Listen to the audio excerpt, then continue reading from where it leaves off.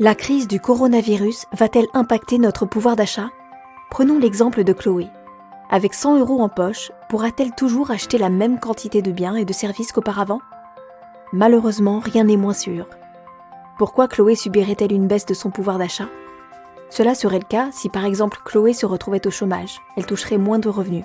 Mais même si elle conserve son emploi et que ses revenus ne sont pas amputés, le pouvoir d'achat de Chloé peut être impacté.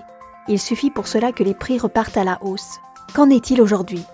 Actuellement en France, on compte près de 11,7 millions de salariés du secteur privé qui se trouvent au chômage partiel, tandis que les faillites d'entreprises s'annoncent nombreuses. D'autre part, de nombreux économistes prévoient un regain d'inflation avant la fin de l'année. Bref, avec une possible hausse des prix, qu'elle ait ou non conservé son emploi, Chloé risque donc de voir son pouvoir d'achat amputé dans les semaines ou mois à venir. Et qui dit moins de pouvoir d'achat, dit moins de consommation.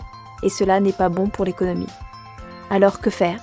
Chloé sera sans doute obligée de puiser dans son épargne, en espérant que le gouvernement ne décide pas d'augmenter les impôts pour remplir les caisses, ce qui grèverait encore plus le pouvoir d'achat de Chloé.